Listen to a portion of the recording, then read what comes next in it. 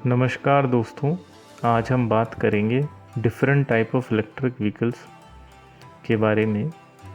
तो सबसे पहले ये है इंटरनल कंबशन व्हीकल, जिसमें एक बहुत बड़ा इंजन होता था और हम फ्यूल टैंक में फ्यूल डालते थे पेट्रोल पंप से।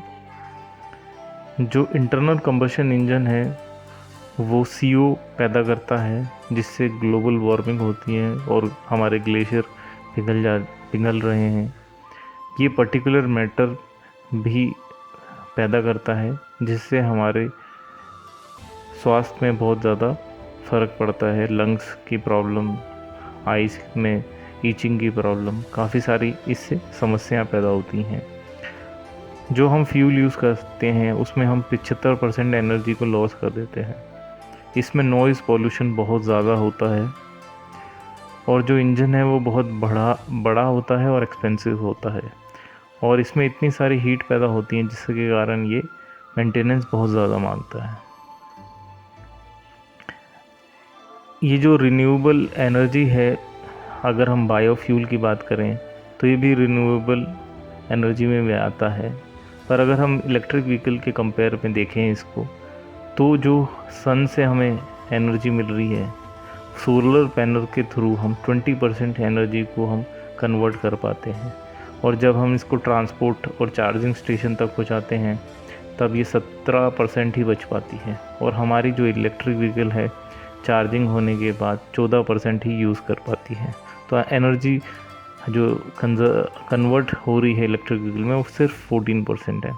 पर इसी को हम कंपेयर करते हैं बायोफ्यूल्स में, तो जो एनर्जी 100% तो प्लांट यूज़ नहीं कर पाते। वो क्या करते हैं, लीव्स के थ्रू फोटोसिंथेसिस करते हैं, जिससे एक फल पैदा होता है जिसे हम, और फसल उगती है इससे, तो हम इससे तेल निकालते हैं। इससे डीजल पैदा होता है जिसे हम बायोफ्यूल कहा जाता है। इसको रिफाइनरी और ट्रांसपोर्ट और फ्यूलिंग करने के बाद ये 16% ही हम इसको कन्वर्ट कर पाते हैं इसकी एनर्जी को, और जब हम गाड़ी में यूज़ कर पाते हैं तो 3% ही हम इसको एनर्जी यूज़ कर पाते हैं। तो जो सन की 100% एनर्जी थी वो हम 3% ही उसका यूज़ कर पाते हैं। तो इन कंपेयर में इलेक्ट्रिक व्हीकल की बहुत ही कम है, इसलिए हमें दूसरा ऑल्टरनेटिव देखना पड़ा।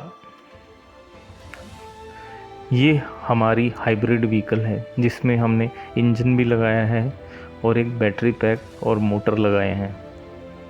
तो ये जो गाड़ी है, ये जो इसकी मोटर है, ये गाड़ी को स्टार्ट करने के काम आते हैं और सपोर्ट भी करते हैं गाड़ी को। जब कांस्टेंट स्पीड और लो RPM रहते हैं तो ये गाड़ी को चलाती है, और ये रीजनरेटिव एनर्जी पैदा करती है ब्रेकिंग के कारण, और जिसके कारण बहुत कम ब्रेक पैड वियर होते हैं, ब्रेक के कंपोनेंट कम वियर होते हैं और अदर मेंटेनेंस भी कम आते हैं। पर ये हमें 20% ही एनर्जी सेव कर पाता है, 20% से ज़्यादा कभी नहीं कर पाएगा। उसके बाद हमने प्लग इन हाइब्रिड व्हीकल, इसमें हमने एक बैटरी पैक दिया है, मोटर दी है और IC इंजन है। इसमें फ्यूल भी डलता है और बैटरी आप चार्ज भी करते हैं। इसमें हमने 2 ड्राइव ट्रेन लगाई हैं। एक तो हमने डीजल पेट्रोल का इंजन लगाया है और साथ में हमने मोटर्स लगाए हैं और बैटरी जिसको हम चार्ज करते हैं।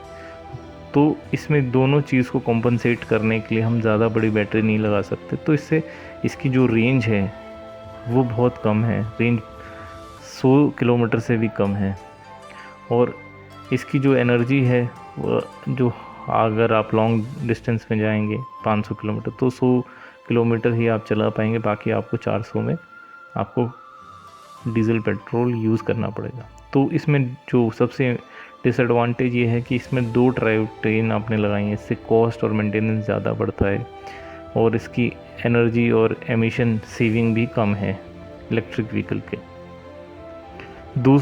तीसरा है हमारा फुल्ली इलेक्ट्रिक व्हीकल, जिसमें हमने सिर्फ बैटरी पैक लगाए हैं, मोटर लगाई है, और ये 100% इलेक्ट्रिसिटी पे काम करती है। ये बहुत ही ज़्यादा चीप है, छोटा मोटर रहता है, एफिशिएंट रहता है, इसका मेंटेनेंस कम है। एक पैडल से आप ड्राइव कर सकते हैं और रीजनरेटिव भी कर सकते हैं। बड़ी बैटरी होती है, लॉन्ग रेंज होता है, आपको 250 से 300 और मैक्सिमम 500 तक की भी रेंज मिल सकती है। फास्ट चार्जिंग कर सकते हो इसको।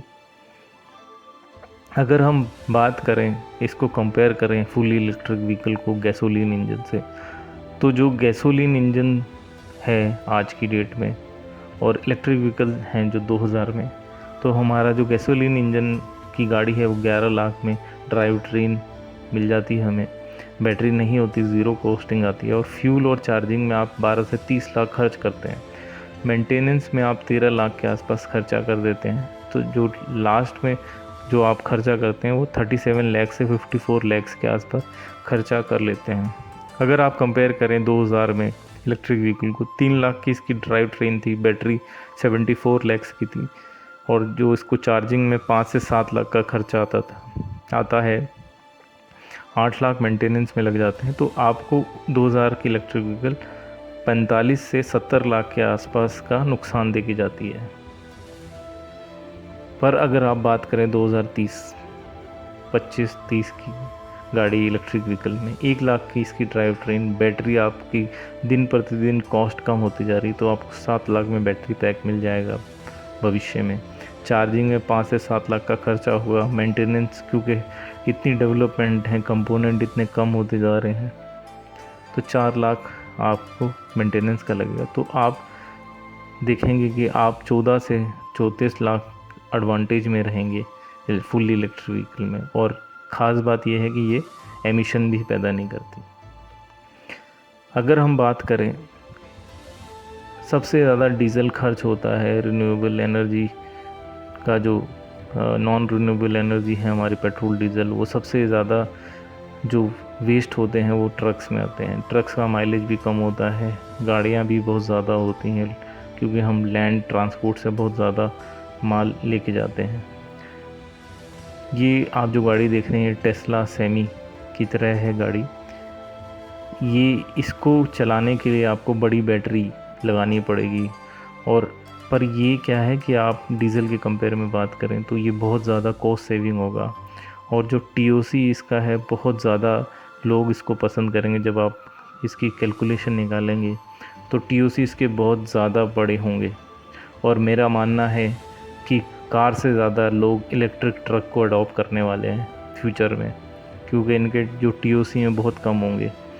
और ये तभी पॉसिबल है अगर फास्ट चार्जिंग इंफ्रास्ट्रक्चर हमारे देश में जितनी जल्दी डेवलप होगा, उतनी जल्दी जो इलेक्ट्रिक ट्रक्स हैं उनको मौका मिलेगा सड़कों पे उतरने का।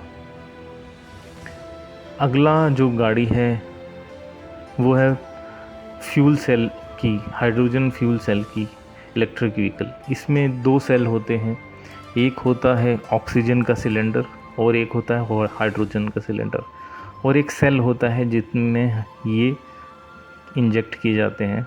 2 इलेक्ट्रोड होते हैं, कैथोड और एनोड, और ये एक सर्किट के थ्रू कंबाइन होते हैं। यहाँ पर रिएक्शन होती है एक कैटलिस्ट की मदद से और इसमें इलेक्ट्रिसिटी पैदा होती है और ये मोटर को चलाती है और गाड़ी चलती है। तो आपको फ्यूल, हाइड्रोजन फ्यूल बार बार भराना है, ऑक्सीजन टॉपअप करना है और आपको चलता रहेगा। ये इसका ये है कि आपको इसमें बार बार फ्यूल डालना पड़ता है, हाइड्रोजन ऑक्सीजन, और ये कोई रिचार्ज नहीं होती जैसे इस बाकी बैटरी आप रिचार्ज कर सकते हैं। इसको आपको रीफ्यूलिंग करना पड़ेगा जैसे आप डीजल पेट्रोल भराते हैं गाड़ी में। इसका एडवांटेज क्या है, जल्दी से आप फ्यूल भरा सकते हैं और इसकी स्मॉल बैटरी है पर लॉन्ग रेंज देती है आपको, छोटी बैटरी लॉन्ग रेंज। और ये एक तरह का एक्सटेंडर होता है कि आपको एक अलग अलग चैम्बर में डाल के हाइड्रोजन ऑक्सीजन डालना है। अगर आप बात करें फुल्ली इलेक्ट्रिक व्हीकल से तो ये बहुत ज़्यादा एफिशिएंट हैं फुल्ली इलेक्ट्रिक व्हीकल्स के। अभी इसमें काफ़ी डेवलपमेंट होनी है, क्या पता हम भविष्य में हाइड्रोजन सेल्स की ही गाड़ियां देखें, पर आज की डेट में ये इनएफिशिएंट है फुल्ली इलेक्ट्रिक व्हीकल की। हाइड्रोजन भी हम, हाइड्रोजन जो एनर्जी है एक तरह का फ्यूल है, वो भी हम सनलाइट से पैदा करते हैं। जैसे हम इलेक्ट्रिसिटी पैदा करते हैं, ऐसी हाइड्रोजन से सन से हम हाइड्रोजन पैदा करते हैं। तो ये 20% हम कन्वर्ट कर पाते हैं यहाँ भी दोनों तरफ एनर्जी, पर इलेक्ट्रोलिसिस के बाद 16% बच पाती है, कंप्रेशन और डिस्ट्रीब्यूशन करने में 12% बच जाती है, और फ्यूल सेल में 7% यूज़ होती है, और हाइड्रोजन गाड़ी में 5% एनर्जी कन्वर्ट हो पाती है। बट आपने देखा है, पहले हमने देखा है 14% हम एनर्जी को यूज़ कर पा रहे हैं। तो इसलिए इलेक्ट्रिक व्हीकल्स में ये ज़्यादा एफिशिएंट है। हाइड्रोजन फ्यूल सेल जो है उसमें अभी बहुत ज़्यादा महंगा है, उसमें डेवलपमेंट चल रही हैं। सबसे मेन प्रॉब्लम है स्टोरेज और इलेक्ट्रोलिसिस प्रोसेस की। तो अभी भविष्य में देखते हैं क्या आएगा। कंक्लूजन क्या है, हाइब्रिड गाड़ियाँ बहुत ही ज़्यादा कॉम्प्लेक्स हैं, उसमें दोनों हैं, इलेक्ट्रिक भी है और इसमें कन्वेंशनल आईसी इंजन भी है, और ये बहुत ज़्यादा इनएफिशिएंट हैं कॉस्ट में, एक्सपेंस में इलेक्ट्रिक व्हीकल के। प्लग इन हाइब्रिड व्हीकल को हम स्किप कर सकते हैं, हम डायरेक्ट फुल इलेक्ट्रिक व्हीकल में जा सकते हैं, क्योंकि फुल इलेक्ट्रिक व्हीकल बहुत ज़्यादा एफिशिएंट है। इंटरनल कंबशन इंजन का अब कोई भविष्य नहीं है, आने वाले कुछ सालों में ये शायद बंद भी हो जाएं। आप सबका बहुत बहुत धन्यवाद।